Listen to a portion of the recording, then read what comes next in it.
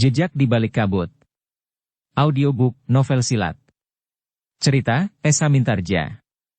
Bab 1. Perjalanan itu sudah menjadi malam pun menjadi larut. Embun membasahi kulit. Semakin jauh. Mulai terasa ketika Paksi Pamekasan berpaling, yang nampak hanyalah kegelapan. Hitam pekat. Paksi Pamekasan tidak tahu kemana ia harus pergi. Tetapi ia harus pergi meninggalkan rumahnya. Meninggalkan ibunya dan dua orang adiknya. Seorang laki-laki dan seorang perempuan. Masih terngiang perintah ayahnya yang memandangnya dengan mata membara. Kau sudah menjadi seorang laki-laki dewasa. Kau tidak boleh hanya berpangku tangan saja di rumah, sementara keluarga ini terancam bencana. Paksi Pamekasan menarik nafas dalam-dalam. Kakinya terantuk batu pada sehingga langkahnya menjadi gontai. Paksi berhenti sejenak. Pepohonan yang tegak membeku di sekelilingnya seakan-akan merubunginya. Gemerisik angin di dedaunan bagaikan melontarkan pertanyaan lembut. Kau akan pergi kemana anak muda? Paksi kemudian bahkan duduk di atas batu padas di pinggir jalan yang menjadi kian sempit dan rumpil. Terngiang suara ibunya, Kakang Tumenggung. Paksi masih terlalu muda untuk melakukan tugas yang begitu berat. Kau selalu memanjakannya, bentak ayahnya, umurnya sudah menginjak 17 tahun. Apakah ia masih harus tidur di bawah lengan ibunya? Kau sengaja mengusirnya, ibunya mulai menangis. Sudah waktunya ia menunjukkan baktinya kepada orang tuanya, ayahnya menjadi semakin keras. Ibunya menjadi terisak. Tetapi ayahnya tidak menjadi semakin lembut. Bahkan kata-katanya menjadi semakin tajam. Aku tidak ingin mempunyai anak yang hanya dapat merengek, merajuk dan bahkan menangis. Ia harus benar-benar menjadi seorang laki-laki. Adiknya pada saatnya juga harus menjadi laki-laki sejati. Sebagaimana anakmu yang bungsu juga harus menjadi perempuan panutan. Aku seorang Tumenggung. Seorang pandega dalam tatanan keprajuritan. Apakah anakku harus menjadi anak yang cengeng, sementara ayahnya berada dalam kesulitan? Paksi mengusap keningnya yang basah oleh keringat. Ia memang sudah menjadi semakin dewasa. Umurnya sudah menginjak 17 tahun tetapi kawan-kawannya, yang sebaya dengan umurnya, masih sempat bermain bengkat. Binten atau bergulat di tepian. Paksi terkejut ketika ia mendengar ranting yang bergerak patah. Seekor burung malam mengepakkan sayapnya dan terbang menyusuri kegelapan. Yang tertinggal adalah suaranya yang melengking, menggores sepinya malam. Terbayang kembali, ibunya menangis memeluknya ketika ia keluar dari pintu rumahnya, pergi tanpa diketahui kemana. Paksi Pamekasan pun tidak tahu, apakah yang sebenarnya harus dilakukan. Yang ia ketahui adalah, bahwa ayahnya telah mengeluh karena kedudukannya yang terancam. Diam-diam di Istana Pajang telah tersebar desas-desus bahwa cincin kerajaan telah hilang. Sebuah cincin yang dianggap sebagai sifat kandel dari Kanjeng Sultan Hadiwijaya di Pajang, di samping pusaka-pusakanya yang lain. Cincin yang terbuat dari emas dan bermata 3 buah batu akik yang berbeda. Cincin yang dibuat tidak sebagaimana cincin yang lain. Cincin biasanya merupakan embanan dari satu batu akik saja. Tetapi cincin yang hilang itu adalah cincin yang bermata 3 buah batu akik. Cincin yang disebut Kiai Tunggul. Siapa yang dapat menemukan cincin itu akan diangkat menjadi Tumenggung Reda dan akan diangkat pula menjadi penanggung jawab pengamanan seluruh Istana Pajang dan akan berada langsung di bawah perintah Ki Gede Pemanahan. Paksi belum pernah melihat cincin itu. Paksi juga tidak tahu apakah sebenarnya yang disebut bencana oleh ayahnya. Bencana yang mengancam keluarganya karena hilangnya cincin itu. Apakah ayah menjadi cemas bahwa kedudukannya terancam jika ia tidak dapat menemukan cincin itu? Bertanya Paksi di dalam hatinya. Menurut ayahnya, para Tumenggung juga sudah menyebarkan orang-orangnya untuk mencari cincin itu. Sementara itu ayahnya juga sudah memerintahkan 3 orang yang dianggap abdinya yang setia untuk mencarinya. Tetapi di samping ketiga orang abdinya, maka Paksi juga harus pergi mencari cincin yang belum pernah dilihatnya itu. Apakah ada juga di antara para Tumenggung yang memerintahkan anaknya pergi sebagaimana ayah? Pertanyaan itu selalu mengganggunya. Tetapi Paksi sadar bahwa ia memang tidak boleh cengeng. Ia tidak boleh mengeluh apalagi menangis. Tetapi ia harus berbuat sesuatu. Apapun juga. Paksi menarik nafas dalam-dalam. Dalam kegelapan Paksi sempat menilai sikap ayahnya kepadanya. Ia memang bukan seorang anak yang disejukkan oleh kasih sayang ayahnya yang keras. Di antara kawan-kawannya, Paksi termasuk anak muda yang kuat. Ketika ia bermain binten dengan anak-anak muda sebayanya, Paksi pernah membuat seorang kawannya tidak dapat berjalan sampai 3 hari. Bergulat di pasir tepian, Paksi pun menjadi anak muda yang disegani. Tetapi sayang, bahwa kesempatan bermain bagi Paksi sangat sempit dibanding dengan kawan-kawannya. Kini Paksi Pamekasan harus meninggalkan semuanya itu. Rasa-rasanya segalanya begitu cepat berlalu. Ia merasa masih belum cukup puas berkumpul bersama keluarganya, bermain bersama kawan-kawannya dan sedikit bermanja-manja di rumah yang berhalaman luas dan terawat bersih oleh bekas tangan ibunya. Burung hantu terdengar berlagu di dalam kegelapan. Suaranya ngelangut membuai malam menjadi semakin terasa sendu. Paksi tidak duduk terlalu lama. Ia pun kemudian segera bangkit dan meneruskan perjalanan menuju ke tempat yang tidak diketahuinya. Malam pun menjadi semakin malam. Dinginnya terasa menggigit tulang. Sambil berjalan Paksi menyelimuti tubuhnya dengan kain panjangnya. Ia sengaja tidak membawa apapun. Jika pakaiannya kotor, ia dapat mencucinya dan sekaligus menjemurnya di atas bebatuan di sungai, sehingga akan cepat menjadi kering. Jika pakaian itu kemudian rusak dan koyak, maka ia dapat membelinya. Ibunya memberinya bekal uang cukup banyak, serta beberapa buah perhiasan simpanannya. Jika keadaan memaksa, maka ia dapat menjualnya dan mempergunakan uangnya. Paksi melangkah saja menuruti langkah kakinya. Yang dilakukannya adalah sekedar menjauhi Pajang tanpa tujuan, tanpa rencana dan tanpa tahu apa yang akan dilakukan. Namun akhirnya Paksi itu pun menjadi letih. Ketika ia memasuki sebuah padukuhan, maka beberapa orang yang meronda pun menghentikannya. "Siapa kau?" bertanya salah seorang dari mereka. "Namaku Paksi Pamekasan," jawabnya. "Kau akan pergi kemana atau pergi dari mana?" Paksi menjadi bingung. Tetapi ia tidak ingin menyatakan apa yang sebenarnya harus dilakukannya. Karena itu maka jawabnya. "Aku adalah seorang pengembara. Aku mengembara dari satu tempat ke tempat, agak jauh dari Pajang." Orang tua ibunya itu semasa hidupnya tinggal di sebuah padukuhan yang tenang dan tentram. Paksi pernah tinggal beberapa lama di rumah neneknya. Ketika kakeknya meninggal ia menunggui neneknya sampai beberapa bulan. Namun menjelang setahun, neneknya telah meninggal pula. "Aku anak Banu Anyar," jawab Paksi. Para peronda itu mengangguk-angguk. Seorang di antara mereka berkata, "Perjalananmu belum begitu jauh jika kau memang seorang pengembara." "Aku baru mulai kisanak," jawab Paksi, "orang tuaku telah tidak ada lagi. Aku tidak mempunyai pilihan lain. Sementara itu, aku berharap bahwa aku akan mendapat pengalaman dari pengembaraanku ini." "Apakah kau tahu, di mana kau berada sekarang?" bertanya salah seorang di antara para peronda itu. "Tidak," jawab Paksi. "Kau masih berada di sekitar Pajang.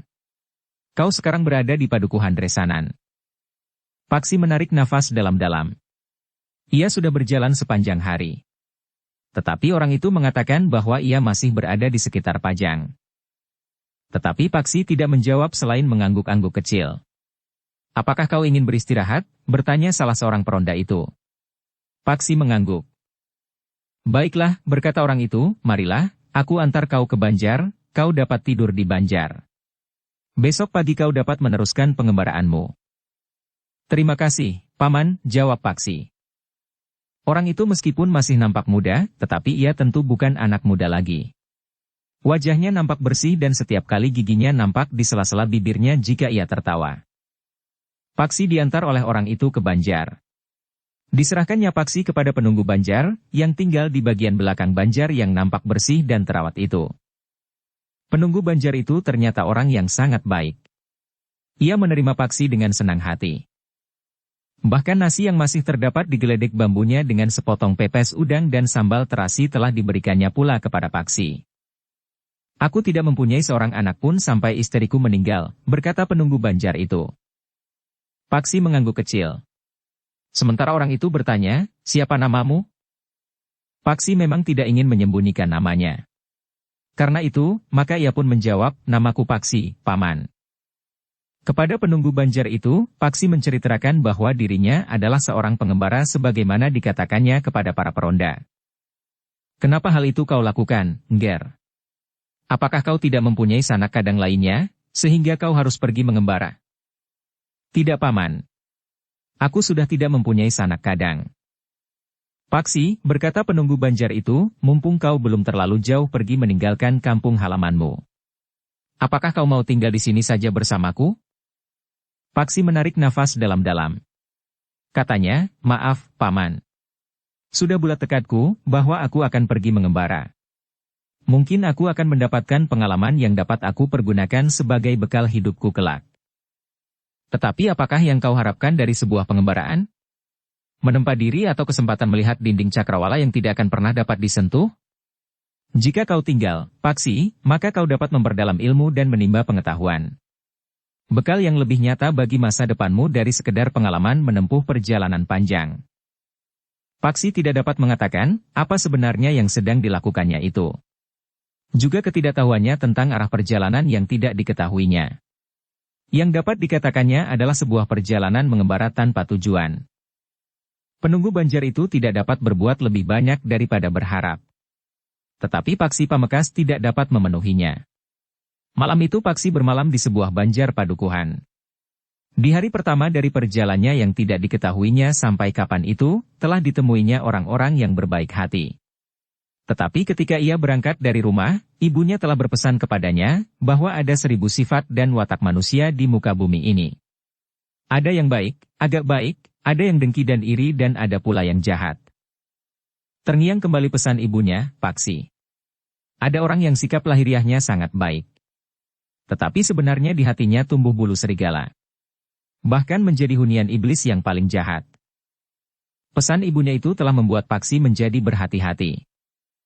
Meskipun demikian, ia tidak mencurigai setiap orang dengan berlebihan. Ketika Paksi kemudian berbaring di pembaringan, di sebuah ruangan yang dibuat di serambi belakang banjar padukuhan Dresanan itu, ia kembali membayangkan masa lampaunya yang memang tidak begitu terang. Kadang-kadang ia tidak mengerti maksud ayahnya yang tiba-tiba saja marah kepadanya. Bahkan kadang-kadang memukulnya. Jika ibunya mencoba menjelaskan persoalannya, maka ayahnya itu pun segera marah pula kepada ibunya. Tetapi ibunya selalu berkata, ayahmu seorang prajurit Paksi. Ia terbiasa bersikap keras. Karena itu, di rumah pun ia bersikap keras pula. Meskipun demikian, ada juga segi yang baik dari sifat keras ayahnya itu.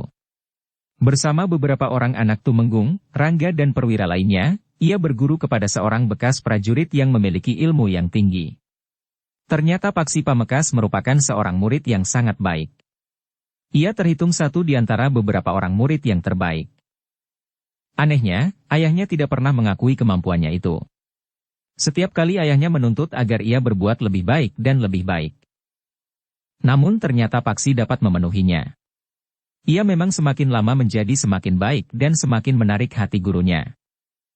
Bahkan ketika gurunya mengetahui latar belakang kehidupannya serta hubungannya dengan ayahnya yang kurang manis, maka perhatian gurunya menjadi semakin melimpah. Kau akan menjadi anak terbaik yang pernah aku kenal, berkata gurunya. Paksi memang tidak mengecewakan gurunya. Tetapi kemampuannya itu telah menjeratnya untuk menjalankan tugas yang sangat berat. Kau sudah berumur 17 tahun, terngiang kata-kata ayahnya. 17. Ya, aku memang sudah berumur 17 tahun, berkata Paksi di dalam hatinya. Tetapi apakah kawan-kawanku yang seumur 17 tahun juga harus menjalani tugas seperti ini? Paksi menarik nafas dalam-dalam, ia pun kemudian menghibur dirinya sendiri. Ternyata aku dapat membanggakan diriku seandainya aku adalah satu-satunya anak muda yang berumur 17 tahun yang bertugas menjalani kewajiban seperti ini. Namun akhirnya Paksi pun tertidur. Tetapi tidak terlalu lama, karena sisa malam memang tidak cukup panjang lagi. Pagi-pagi sekali Paksi telah bangun sebagaimana kebiasaannya. Tetapi di banjar itu ia tidak dapat langsung melakukan latihan-latihan yang berat seperti yang dilakukan di rumahnya. Atau pergi ke sungai dan bergulat dengan beberapa orang kawannya untuk melengkapi latihan-latihan ketahanan tubuhnya. Atau binten sehingga kakinya sering menjadi bengkak. Atau bengkak, meskipun permainan itu dilakukan dengan kakinya, tetapi permainan itu mampu meningkatkan kemampuan bidiknya. Tetapi pagi itu Paksi sudah berada di sumur menimba air untuk mengisi pakiwan, sebelum Paksi mandi. Tetapi demikian ia selesai mandi, maka pakiwan itu sudah diisinya kembali hingga penuh. Anak itu rajin sekali, berkata penunggu Banjar itu di dalam hatinya. Tetapi seperti para peronda yang digardu, bahkan yang mengantarnya ke Banjar, tidak seorang pun yang menduga bahwa anak itu adalah anak seorang tumenggung. Ketika kemudian Paksi minta diri untuk meneruskan perjalanannya, maka penunggu Banjar itu telah menyediakan makan pagi baginya. Paksi sempat menilai sikap penunggu Banjar itu. Jika saja ia mempunyai anak, alangkah berbahagianya anak itu. Ia akan mempunyai seorang ayah yang baik. Tetapi ketika matahari mulai nampak di langit, Paksi sudah meninggalkan Banjar itu. Setelah mengucapkan terima kasih, maka Paksi pun melangkah meninggalkan regol Banjar yang memberikan kesan betapa bersahabatnya orang-orang asing yang memerlukan bantuan mereka. Paksi yang melangkah di hangatnya sinar matahari pagi itu merasakan tubuhnya menjadi segar. Mandi air dingin, makan pagi serta minuman hangat, matahari dan langit cerah, mengantar perjalanan Paksi selanjutnya. Tetapi hari itu rasa-rasanya menjadi kosong tanpa arti selain satu perjalanan mengulur jarak. Ia memang menjadi semakin jauh dari Pajang. Tetapi untuk apa? Paksi Pamekasan menggelengkan kepalanya. Di luar sadarnya ia bergumam, aku tidak tahu. Tetapi Paksi berjalan terus. Menjelang sore hari, Paksi sempat singgah di sebuah kedai kecil di sudut sebuah padukuhan. Meskipun jenis makan dan minuman yang ada tidak sesuai dengan seleranya, tetapi Paksi tidak menghiraukannya lagi. Ia sadar bahwa di dalam pengembaraannya, ia tidak dapat memilih. Makan, minum, tempat untuk tidur dan masih banyak masalah-masalah lain yang tidak sesuai dengan keinginan dan pilihannya, tetapi harus diterima apa adanya. Beberapa saat lamanya, Paksi beristirahat sambil meneguk minumannya. Beberapa orang yang duduk di kedai itu sudah berganti dengan orang-orang baru. Setelah membayar harga makanan dan minumannya, maka Paksi pun kemudian telah melanjutkan perjalanannya. Menjelang malam, Paksi memasuki sebuah padukuhan. Lampu-lampu minyak sudah mulai menyala. Di beberapa regol halaman ada yang telah memasang oncor, menerangi jalan-jalan padukuhan. Tetapi padukuhan itu nampak sepi. Pintu-pintu telah tertutup rapat. Bahkan pintu-pintu regol pun telah tertutup. Ketika Paksi lewat di depan gardu di simpang 4 jalan padukuhan, ia tidak melihat seorang pun berada di dalam gardu itu. Suasananya berbeda dengan suasana di padukuhan Resanan, berkata Paksi di dalam hatinya.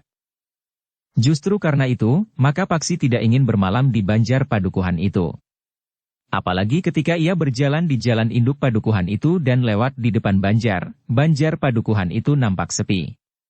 Bahkan pintu regolnya pun tertutup pula. Paksi berjalan terus. Ia tidak akan bermalam di padukuhan itu. Tetapi demikian ia keluar dari padukuhan itu, maka Paksi pun bertanya, aku akan bermalam di mana? Namun akhirnya Paksi tidak peduli lagi.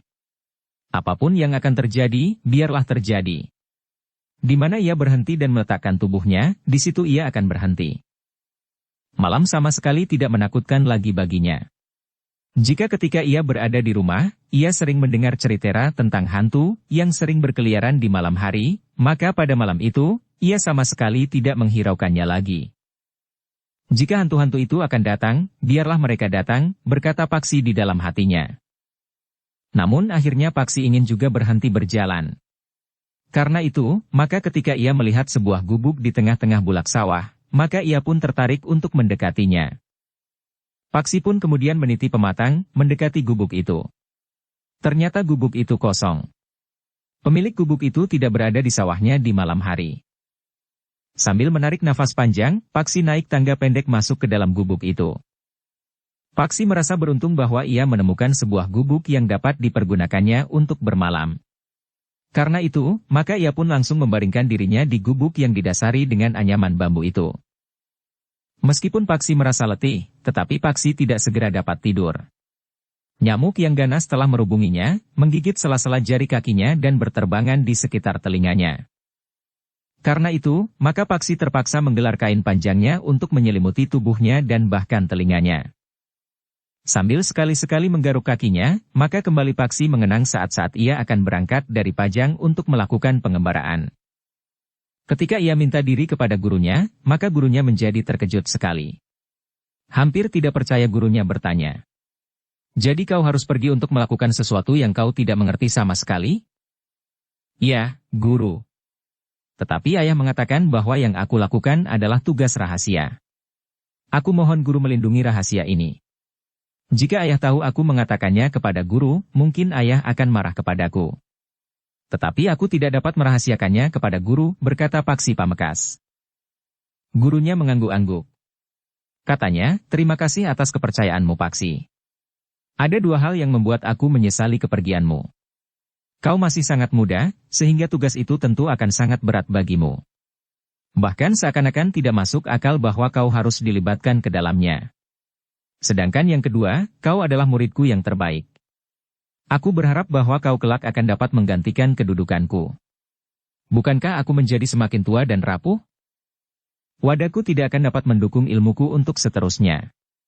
Karena itu, aku harus mempersiapkan seseorang yang akan dapat menggantikan aku.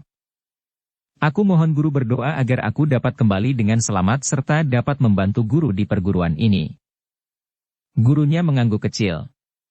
Dalam saat terakhir, gurunya telah memberikan petunjuk dan pematangan ilmu sejauh dapat dilakukan dalam waktu yang singkat. Aku tidak dapat memberikan lebih dari itu, Paksi. Jika dipaksakan juga, maka justru adakmu yang akan mengalami kesulitan. Tetapi aku berharap bahwa selama dalam perjalanan, kau dapat membuka dan mengembangkan ilmumu sampai tingkat yang tinggi, berkata gurunya dengan nada yang dalam. Paksi menarik nafas dalam-dalam. Ia telah terlempar kembali ke dalam kenyataannya. Berbaring di sebuah gubuk kecil berselimut kain panjangnya. Tetapi Paksi tidak dapat segera tidur. Ketika ia memiringkan tubuhnya menghadap ke jalan beberapa puluh langkah dari gubuk itu, Paksi terkejut. Ia melihat di dalam keremangan malam sebuah keranda yang seperti terbang di atas jalan itu. Dengan serta-merta ia pun bangkit dan duduk sambil mengusap matanya. Keranda yang diselimuti kain putih itu masih meluncur di atas jalan yang telah dilewatinya sebelum Paksi turun dan meniti pematang mencapai gubuk itu. Bulu tengkuk Paksi memang menjadi tergetar. Ia pernah mendengar dongeng tentang keranda yang melayang di malam hari, sebagai pertanda bahwa akan datang wabah penyakit yang berbahaya. Tetapi tiba-tiba timbul pertanyaan di hati Paksi, jika keranda itu dapat terbang atau berjalan sendiri, kenapa harus lewat di atas jalan? Bukankah keranda itu dapat meluncur di atas pematang, parit atau bahkan sungai dan bukit-bukit kecil? Kepada siapa pula hantu keranda itu menampakkan diri di tempat yang jauh dari padukuhan itu? Kepada dirinya? Jika benar, kenapa keranda itu tidak mendekatinya? Paksi Pamekas yang sudah terlempar ke dalam satu keadaan yang tidak diinginkannya itu telah bangkit.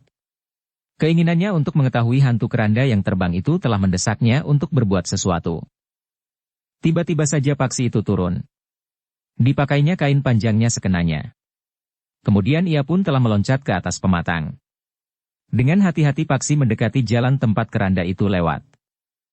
Dengan hati-hati pula ia mengikutinya dan berusaha mendekat dari arah belakang. Namun jantung Paksi menjadi berdebar-debar ketika kemudian ia melihat bayang-bayang yang bergerak-gerak. Ternyata keranda itu tidak terbang atau meluncur sendiri. Paksi pun kemudian melihat beberapa orang berpakaian serba hitam memanggul keranda itu.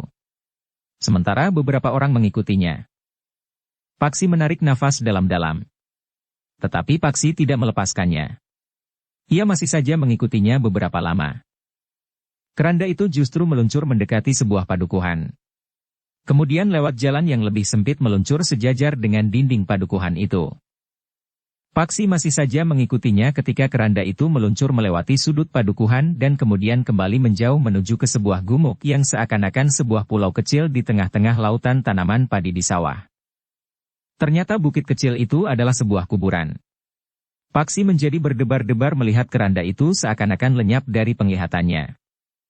Namun kemudian Paksi itu mengetahui bahwa orang-orang yang membawa keranda itu dengan cepat telah menyelimuti keranda itu dengan kain hitam. Paksi menarik nafas dalam-dalam. Keinginannya untuk mengetahui tentang keranda itu pun menjadi semakin mendesaknya sehingga dengan demikian, maka Paksi pun telah mendekati dan masuk ke dalam kuburan itu pula. Dengan landasan ilmu yang telah dimilikinya, maka Paksi berusaha untuk menjadi semakin dekat. Batu-batu nisan, gerumbul-gerumbul perdu dan pepohonan yang tumbuh di atas bukit kecil itu, memberi kesempatan kepada Paksi untuk menjadi lebih dekat lagi. Paksi terkejut ketika ia melihat apa yang terdapat di dalam keranda itu. Ketika keranda itu dibuka, maka yang ada di dalamnya adalah beberapa jenis barang-barang yang nampaknya berharga. Paksi sempat mendengar orang-orang itu tertawa. Mereka membongkar barang-barang yang terdapat di dalam keranda itu sambil berbangga akan keberhasilan. 17. Ya, aku memang sudah berumur 17 tahun. Berkata Paksi dalam hatinya. Tetapi apakah kawan-kawanku yang berumur 17 tahun juga harus menjalani tugas seperti ini? Paksi menarik nafas dalam-dalam. Jangan terlalu sering mempergunakan cara ini untuk membawa barang-barang rampokan itu, berkata salah seorang di antara mereka. Tidak ada cara lain yang lebih baik. Aku ragu-ragu untuk membawa barang-barang ini dengan pedati atau dengan mempergunakan kuda beban. Cara ini nampaknya lebih aman, sahut yang lain. Tetapi orang yang pertama berkata pula, jika cara ini terlalu sering kita pergunakan, maka orang-orang akan menghubungkan setiap terjadi perampokan, tentu ada keranda yang terbang di malam hari. Ya. Aku setuju, desis yang lain, tetapi sampai saat ini, orang-orang padukuhan itu telah menjadi ketakutan mendengar cerita tentang keranda yang berjalan di malam hari. Cerita itu telah kita lengkapi dengan cerita tentang ting hijau yang juga terbang di malam hari, berkata yang lain lagi. Sehingga untuk beberapa lama kita akan dapat mempergunakan cara ini dengan aman.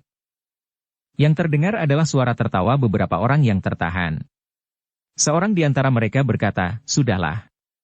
Jangan terlalu berbangga atas keberhasilan ini. Kita harus segera mengubur barang-barang ini untuk beberapa lama, sebelum kita kemudian menjualnya. Di saat orang sudah melupakan peristiwa perampokan ini, kita akan mengambilnya dan menjualnya. Sebenarnya kita tidak perlu bersusah payah. Bukankah ada orang-orang yang bersedia menerima barang-barang hasil rampokan ini? Tetapi harganya sangat murah, jawab yang lain.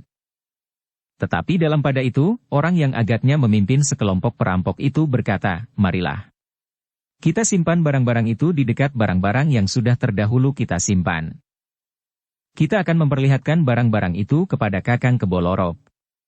Kakang Kebolorok, bertanya salah seorang dari mereka. Ya. Kakang Kebolorok akan datang ke daerah ini. Apakah ada kecurigaan Kakang Kebolorok terhadap kita? Tidak. Tetapi sudah agak lama Kakang Kebolorok tidak melihat-lihat daerah ini. Besok bersamaan dengan saat padukuhan sebelah Merti Desa, Kakang akan berada di sini. Kita dapat membawanya ke tempat ini dan memperlihatkan apa yang kita punyai kepadanya. Mudah-mudahan Kakang Kebolorok puas dengan tugas-tugas kita di sini. Sekarang, kita akan menyimpan barang-barang kita. Paksi memperhatikan semua yang terjadi serta mendengarkan pembicaraan itu dengan jantung yang berdebar-debar. Paksi sendiri heran bahwa batu-batu nisan, gerumbul-gerumbul liar dan 1-2 pohon raksasa yang tumbuh di bukit itu tidak membuat bulu-bulunya meremang. Sejenak kemudian, orang-orang yang berpakaian serba hitam itu pun telah menggali sebuah lubang di pinggir kuburan itu, di sebelah batu hitam yang besar, yang sulit untuk digeser. Agaknya mereka menjadikan batu itu sebagai pertanda, di mana mereka menyimpan barang-barang hasil kejahatan mereka. Beberapa saat lamanya, Paksi harus menunggu.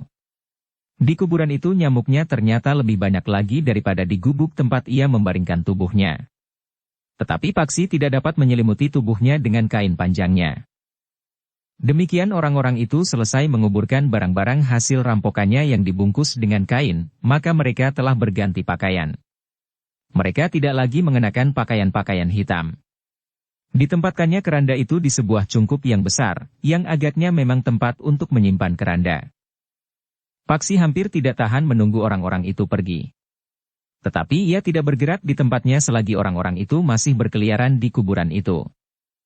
Baru kemudian, setelah kuburan itu menjadi sepi, Paksi pun keluar dari persembunyiannya. Ternyata mereka adalah orang-orang yang cerdas. Mereka memanfaatkan cerita-cerita tentang hantu dan jadi-jadian untuk melakukan kejahatan, berkata Paksi. Malam itu semalam suntuk Paksi tidak tidur. Dari kuburan Paksi telah menyusuri parit. Ketika ia mendengar suara air gemericik, maka Paksi pun mengetahui bahwa ia berada tidak jauh dari sebuah sungai. Menjelang fajar Paksi sudah berendam di air sungai untuk membersihkan tubuhnya yang terasa gatal-gatal. Tetapi Paksi masih belum dapat mencuci pakaiannya, karena matahari masih agak lama terbit. Setelah mandi, maka Paksi untuk beberapa lama duduk di tepian. Justru setelah ia berendam, maka ia tidak merasakan dinginnya udara pagi. Langit yang cerah menjadi semakin terang. Cahaya matahari mulai menusuk lembaran-lembaran awan tipis yang menggantung di langit. Ketika perasaan mengantuk mulai menyentuhnya, Paksi Pamekasan pun segera bangkit dan berjalan di atas pasir tepian. Sambil berjalan selangkah-selangkah, dilihatnya semalam. Agaknya karena padukuhan menjadi sepi setelah gelap. Paksi sempat merenungi peristiwa yang hantu keranda itulah, maka padukuhan, tetapi tentu ada orang yang pernah melihat keranda itu, berkata Paksi di dalam hatinya, jika tidak, mereka tentu tidak akan dicengkam ketakutan. Paksi berniat untuk menjelaskan kepada orang-orang padukuhan, bahwa hantu keranda itu hanyalah akal orang-orang jahat agar mereka dapat leluasa bergerak di malam hari. Tetapi kepada siapa aku harus mengatakannya, bertanya Paksi Pamekasan kepada diri sendiri. Paksi pun kemudian sudah memanjat tanggul dan melangkah menuju ke padukuhan terdekat. Tetapi hari masih terlalu pagi. Karena itu, maka Paksi pun tidak tergesa-gesa menemui seseorang. Bahkan Paksi sempat mengikuti beberapa orang perempuan yang berjalan beriringan sambil menggendong bakul. Beberapa orang membawa bakul berisi hasil kebun. Sedangkan yang lain membawa makanan dan bahkan seorang di antara mereka membawa nasi tumpang di gendongannya. Mereka tentu akan pergi ke pasar, berkata Paksi di dalam hatinya. Ternyata iring-iringan itu telah menarik perhatiannya. Ketika ia melihat sayuran rebus yang digelar di atas tambir ditutup dengan daun pisang, maka tiba-tiba saja ia merasa lapar. Apalagi semalaman Paksi hampir tidak tidur sama sekali. Karena itu, maka Paksi pun telah pergi ke pasar pula. Di pasar Paksi telah membeli nasi tumpang yang jarang sekali ditemuinya di rumahnya. Ia tidak memikirkan pula di mana ia duduk dan makan nasi tumpang yang masih hangat itu. Sekali-sekali Paksi berdesis karena bubuk kedelainya yang terlalu pedas rasa menyengat lidahnya. Namun dalam pada itu, sambil makan nasi tumpang dan duduk di belakang penjualnya di dekat pintu gerbang pasar, Paksi mendengar beberapa orang yang bercerita tentang keranda yang berjalan sendiri di malam hari. Suamiku melihat sendiri malam tadi, berkata seorang penjual kelapa dengan mantap, bersama 3 orang, suamiku memang berusaha untuk dapat melihat langsung keranda yang berjalan sendiri itu. Malam tadi, malam Jumat Kliwon, bersama 3 orang, suamiku sengaja menunggu di sudut padukuhan. Ternyata sedikit lewat tengah malam, dari kejauhan mereka benar-benar melihat keranda itu berjalan sendiri, seolah-olah terbang meluncur dengan cepat. Suamiku dan ketiga kawannya menjadi sangat ketakutan. Beberapa puluh langkah dari padukuhan itu, keranda itu berhenti sejenak. Seakan-akan berpaling memandangi keempat orang yang telah mengintip itu. Seorang kawan suamiku hampir menjadi pingsan. Untunglah keranda itu berjalan lagi menuju ke kuburan di bulak itu. Sebelum masuk pintu gerbang kuburan, keranda itu tiba-tiba telah lenyap. Apa yang dilakukan suamimu kemudian? Bertanya seorang penjual sirih. Tidak apa-apa. Sebelumnya keempat orang itu bertekad untuk melihat dari dekat jika benar-benar ada keranda yang terbang di malam hari. Tetapi ketika mereka benar-benar melihat langsung, maka jantung mereka menjadi kuncup sebesar biji mentimun. Siapa yang tidak menjadi ketakutan melihat keranda terbang itu? Desis penjual nasi tumpang itu. Pagi ini suamiku tidak pergi ke sawah. Badannya merasa tidak enak. Dahinya panas dan jantungnya serasa berdetak lebih cepat. Oh, penjual nasi tumpang itu menjadi cemas, apakah suamimu tidak pergi ke rumah seorang tua yang dapat menyingkirkan kutukan keranda terbang itu? Mungkin keranda itu mengetahui bahwa suamimu dan kawan-kawannya sengaja mengintipnya. Penjual kelapa itu termangu-mangu sejenak. Katanya, belum. Tetapi siang nanti aku akan mengajaknya pergi ke rumah Kiai Samit yang terkenal itu. Suamiku mengenalnya dengan baik, karena Kiai Samit minta suamiku menggarap sawahnya sampai lebih dari 3 tahun. Letak sawah Kiai Samit berdekatan dengan sawah suamiku, sehingga suamiku dapat menggarapnya dengan baik dan memuaskan bagi Kiai Samit. Tetapi jangan sampai terlambat, desis penjual sirih. Penjual kelapa itu mengangguk. Tetapi ia tidak menjawab. 2 orang datang untuk memilih beberapa buah kelapa yang sudah tua. Paksi mendengarkan pembicaraan itu. Tetapi ia tidak berkata sepatah kata pun. Paksi tidak dapat berbicara tentang keranda terbang itu dengan perempuan-perempuan yang tidak melihat sendiri semalam. Tetapi Paksi bertekad untuk mengikuti penjual kelapa itu sampai ke rumahnya dan berbicara dengan suaminya tentang keranda terbang yang dilihatnya semalam. Ketika kemudian Paksi sudah menjadi kenyang, maka ia pun segera membayar harga nasi yang dimakannya. Dari penjual nasi tumpang, Paksi bergeser duduk di dekat penjual wedang serai. Sambil menunggu penjual kelapa itu menghabiskan dagangannya, maka Paksi pun minum wedang serai hangat dan masih juga makan beberapa potong makanan meskipun perutnya sudah terasa kenyang. 1-2 butir kelapa pun telah laku. Berurutan orang-orang yang datang dan pergi. Namun penjual kelapa itu nampak gelisah. Sekali-sekali ia melihat matahari di langit yang memanjat semakin tinggi. "Aku meninggalkan suamiku yang sedang sakit," desis penjual kelapa itu. "Tetapi kelapamu sudah hampir habis," berkata penjual nasi tumpang itu. "Aku ingin segera pulang." "Suamimu memang harus dibawa dengan cepat ke rumah Kiai Samit agar segera mendapat obat penolak bala. Tetapi kelapaku ini? Jika kau mau menjualnya agak murah, aku akan membelinya semua yang tersisa. Untuk membuat bumbu gudanganku ini, aku memerlukan kelapa setiap hari.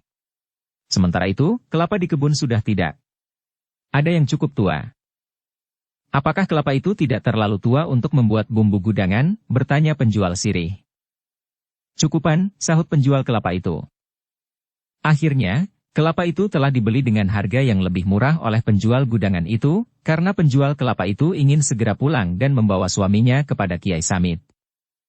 Paksi yang telah cukup lama menunggu, telah minta diri kepada penjual minuman itu setelah membayar harga makanan dan minumannya. Pada jarak tertentu Paksi telah mengikuti perempuan yang berjalan dengan tergesa-gesa pulang itu. Seperti yang diduganya, maka perempuan itu tinggal di padukuhan yang semalam dilewati keranda terbang itu, meskipun pada jarak yang tidak terlalu dekat. Paksi yang mengikutinya itu pun kemudian melihat, perempuan itu memasuki sebuah regol halaman rumah di sebelah simpang Ampat. Paksi memang menjadi ragu-ragu. Ia sama sekali tidak dikenal di padukuhan itu. Seandainya ia menceritakan apa yang dilihatnya, apakah orang padukuhan itu akan mempercayainya? Tetapi Paksi pun kemudian telah membulatkan tekadnya untuk mengatakan apa yang telah dilihatnya semalam. Karena itu, maka beberapa saat kemudian, Paksi telah berdiri di depan regol halaman rumah perempuan yang baru saja pulang dari pasar itu. Dengan ragu-ragu Paksi pun melangkah melintasi halaman yang terhitung luas. Beberapa batang pohon tumbuh di halaman itu. Di sana-sini nampak pohon kelapa yang tumbuh mencuat mengatasi pepohonan yang lain. Agaknya sebagian dari dagangan kelapanya telah dipetik dari halaman dan kebun di rumahnya sendiri. Ketika Paksi berdiri ragu-ragu di halaman, maka seorang anak remaja datang mendekatinya sambil bertanya, "Siapa yang kau cari, Kakang?" Paksi tersenyum. Anak itu nampak ramah. Karena itu, maka ia pun bertanya, "Apakah yang pulang dari pasar itu ibumu?" "Ya. Ibu memang berjualan kelapa di pasar." "Ayahmu ada?" bertanya Paksi. "Ada. Tetapi ayah sedang sakit. Kepala pening. Jantungnya berdebar-debar dan tidak dapat tidur." "Apakah aku dapat bertemu dengan ayahmu?" Ayah berbaring saja di pembaringan dengan gelisah. Kami bergantian menungguinya selama ibu berada di pasar." "Kamu siapa?" bertanya Paksi. "Aku dan adikku." "Bagus," desis Paksi, "kau anak yang pandai." Paksi menarik nafas dalam-dalam. Namun kemudian katanya, "Jika demikian, aku ingin bertemu dengan ibumu." "Duduklah. Aku akan memanggil ibu." Paksi pun kemudian duduk di sebuah lincak bambu yang panjang di serambi depan rumah yang sederhana, tetapi nampak bersih itu. Sejenak kemudian, maka perempuan yang berjualan kelapa di pasar itu pun keluar dari pintu depan. Ia termangu-mangu sejenak, melihat Paksi yang belum pernah dikenalnya. "Kau mencari aku, Nak?" bertanya perempuan itu. "Ya, Bibi," jawab Paksi, "sebenarnya aku ingin berbicara dengan Paman." "Tetapi bukankah Paman sedang sakit?" Perempuan itu mengangguk-angguk. Katanya, "Iya. Suamiku sedang sakit." Perempuan itu pun kemudian duduk di lincak bambu itu pula. "Aku belum pernah melihat kau sebelumnya, Nak," berkata perempuan itu. "Ya, Bibi. Aku memang baru kali ini menginjakkan kakiku di padukuhan ini." "Jadi apakah maksudmu menemui suamiku?" "Bibi," berkata Paksi, "aku mendengar pembicaraan Bibi dengan beberapa orang perempuan di pasar. Menurut Bibi, Paman menjadi sakit setelah semalam melihat keranda terbang itu? Ya, jawab perempuan itu dengan wajah berkerut. Aku ingin memberikan sedikit keterangan tentang keranda terbang itu. Jangan, nak. Jangan. Pamanmu sangat terpengaruh oleh penglihatannya semalam. Ia merasa seakan-akan selalu dibayangi oleh keranda yang berjalan sendiri itu. Bahkan rasa-rasanya keranda itu telah terbang mengitari rumah ini. Apakah ketiga orang kawan paman yang melihat keranda itu juga sakit? Adik pamanmu telah menghubungi mereka. Menurut keterangannya, mereka juga menjadi sakit, terutama seorang yang semalam hampir pingsan. Badannya panas dan sekali-sekali ia mengigau. Tetapi yang seorang lagi, hanya terasa pening-pening sedikit. Tetapi orang itu tidak menjadi sakit seperti paman? Tidak. Ia memang seorang yang sangat berani, meskipun semalam ia mengurungkan niatnya untuk mendekati keranda yang terbang itu. Jika demikian, apakah aku sebaiknya berbicara dengan orang itu? Apa sebenarnya yang ingin kau katakan? Bibi. Aku minta Bibi memberitahukan kepada paman, bahwa paman tidak perlu menjadi sakit. Keranda terbang itu hanyalah sekedar pokal orang jahat. Tetapi pamanmu melihat sendiri. Aku pun melihatnya Bibi. Aku sempat mengikutinya. Keranda itu sebenarnya juga dipikul oleh beberapa orang dan bahkan diiringi beberapa orang yang lain. Tetapi mereka berpakaian hitam agar mereka tidak nampak dari jarak tertentu. Ah! Kau jangan mengada-ada anak muda. Benar Bibi. Aku dapat membuktikan. Tetapi aku memerlukan orang-orang yang berani seperti yang Bibi sebutkan itu, jawab Paksi. Lalu katanya pula, jika saja paman tidak cepat percaya kepada keranda itu, maka aku ingin mengajak paman untuk melihat kenyataan tentang keranda itu. Perempuan itu termangu-mangu sejenak. Namun kemudian katanya, sebaiknya aku hubungi Kakang Sura saja. Di manakah rumahnya, Bibi? Bertanya Paksi. Perempuan itu pun kemudian memberikan ancar-ancar rumah Sura di dekat gardu peronda yang tidak pernah terisi sejak ada cerita tentang keranda yang dapat berjalan sendiri di malam hari.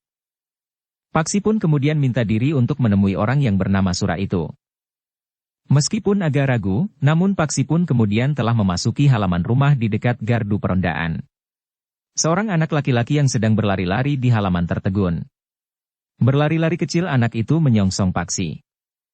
Kakang mencari siapa? Ternyata anak itu ramah sekali. Apakah Paman Sura ada di rumah? Ayah, bertanya anak itu. Ya. Tolong, katakan kepada ayah, bahwa seseorang mencarinya, berkata Paksi. Siapa nama Kakang? Paksi tersenyum. Sambil menyentuh pipi anak itu ia menjawab, namaku Paksi. Nama Kakang bagus. Tetapi namaku jelek. Ayah tidak pandai memilih nama. Siapa namamu? Namaku Salam. Nama yang bagus. Aku senang mendengarnya. Salam. Ah, Kakang hanya ingin membuatku senang. Paksi tertawa. Anak itu ternyata anak yang sangat cerdas. Namun anak itu pun kemudian berkata, aku akan memanggil ayah di belakang. Anak itu pun segera berlari ke belakang Sura terkejut melihat kedatangan anak muda yang dipersilahkan Paksi naik dan duduk di pendapa. Apakah Angger mempunyai keperluan dengan aku? Iya, Paman. Ada yang ingin aku bicarakan. Tentang? Bukankah Paman tidak sakit sekarang? Akan bermalam di padukuhan itu. Memanggil belum pernah ayahnya. Dikenalnya. Rasa-rasanya kepalaku sedikit peninggar. Tetapi tidak apa-apa. Aku dapat mendengarkan dengan baik persoalan yang akan Angger katakan. Apakah Paman sakit karena keranda yang berjalan sendiri semalam? Orang itu mengerutkan dahinya. Dengan nada tinggi ia bertanya, apakah kau mengetahui bahwa aku telah melihat keranda yang berjalan sendiri? Ya Paman. Tetapi itu tidak penting. Aku hanya ingin tahu, bahwa Paman tidak menjadi sakit karena keranda itu? Tidak. Tetapi kenapa? Kenapa semalam Paman tidak berusaha untuk menangkap keranda itu? Apa sebenarnya yang ingin kau katakan Ger? Bertanya Sura. Paksi menarik nafas panjang.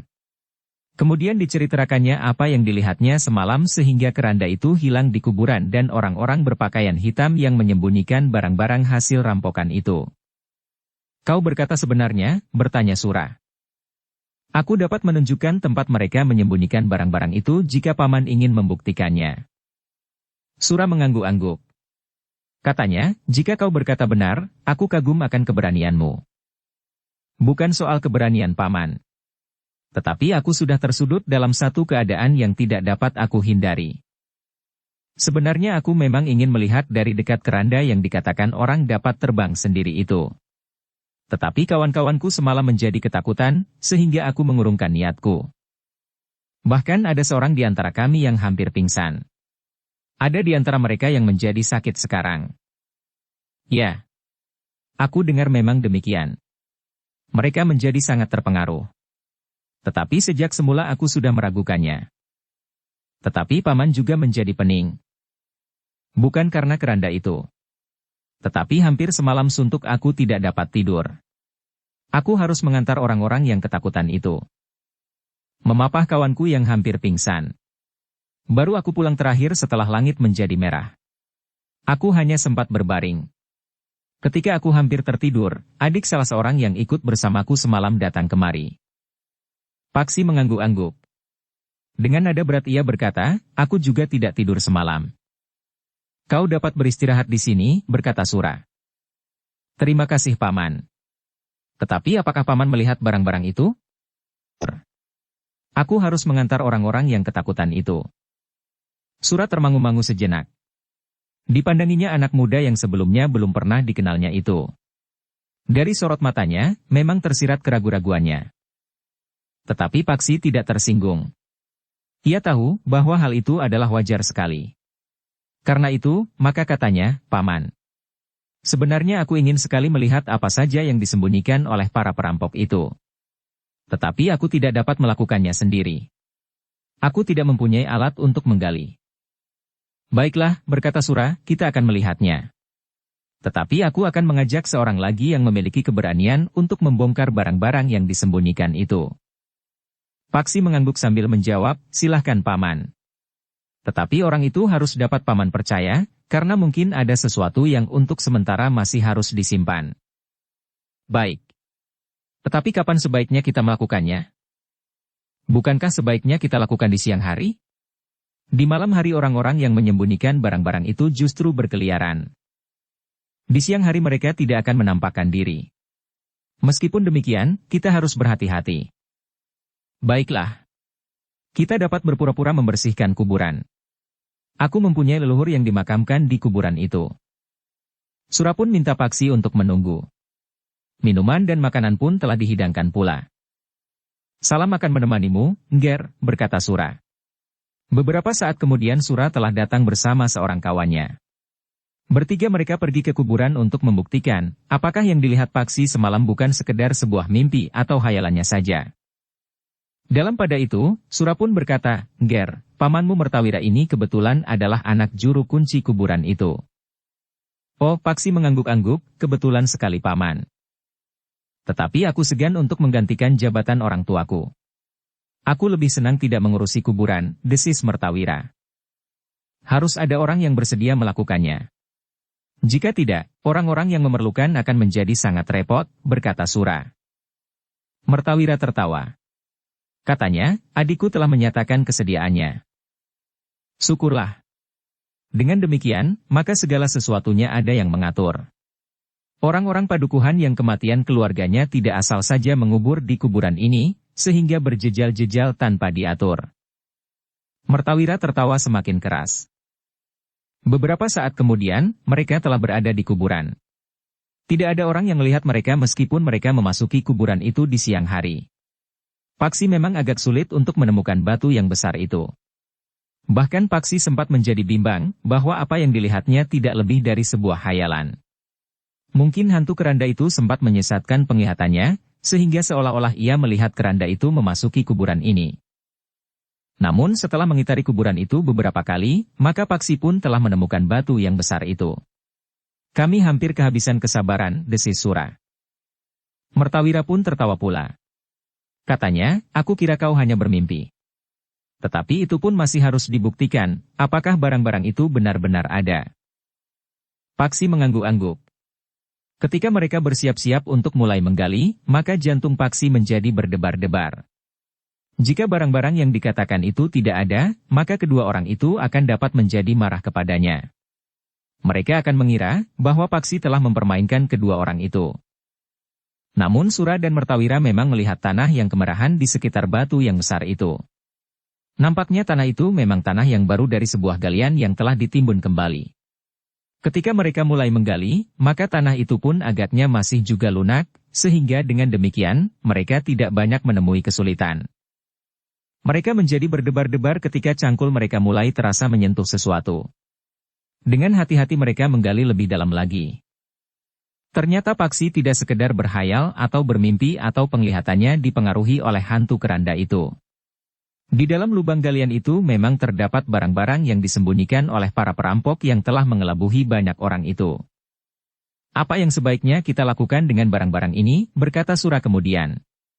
Besok jika padukuhan ini merti desa, maka salah seorang pemimpin dari para perampok ini akan datang, berkata Paksi. Karena itu, maka barang-barang yang disembunyikan di sini akan ditunjukkan kepada pemimpin mereka itu. Jika demikian, biarlah barang-barang ini di sini, berkata Mertawira, kita akan mengawasinya. Besok, pada saatnya pemimpin perampok itu datang, kita akan menangkapnya. Kau kira kita akan mudah melakukannya, sahut Sura, para perampok adalah orang-orang yang telah menyatukan hidup matinya dengan senjata. Mereka terbiasa berkelahi dan bahkan bunuh-membunuh, sehingga darah bagi mereka tidak lagi menggetarkan perasaan mereka. Tetapi kita mempunyai kawan yang tentu jauh lebih banyak dari para perampok itu. Mungkin jumlah mereka hanya sekitar 10 orang. Ya, sahut Paksi, sekitar 10 orang. Mereka bergantian memanggul keranda itu. Nah, bukankah kita memiliki kesempatan? Sura mengangguk-angguk. Katanya, baiklah. Kita akan berbicara dengan Ki Jagabaya. Hanya dengan Ki Jagabaya, desis Mertawira, jika hal ini didengar oleh banyak orang, maka persoalannya akan menjadi lain. Tetapi bagaimana menurut pendapat Mungger? Aku hanya ingin menunjukkan kepada Paman, bahwa keranda itu sama sekali bukan hantu. Salah satu buktinya adalah barang-barang yang telah mereka sembunyikan di sini. Selanjutnya, terserah kepada Paman berdua. Kasihan jika orang-orang padukuhan itu menjadi terlalu lama dicengkam oleh ketakutan. Padahal bukan hanya 1-2 padukuhan saja yang dibayangi ketakutan kepada hantu keranda yang berjalan sendiri di malam hari, yang bahkan dapat lenyap dalam sekejap mata. Kita harus dapat menangkap hantu keranda itu. Tetapi kita memang memerlukan beberapa orang yang berani, berkata Sura kemudian. Ya. Aku setuju, jika kita menemui Ki Jagabaya. Tetapi untuk sementara tidak ada orang lain yang mengetahuinya, berkata Mertawira. Bersambung ke bab 2. Dukung kami dengan subscribe, follow, like, komen dan share. Terima kasih.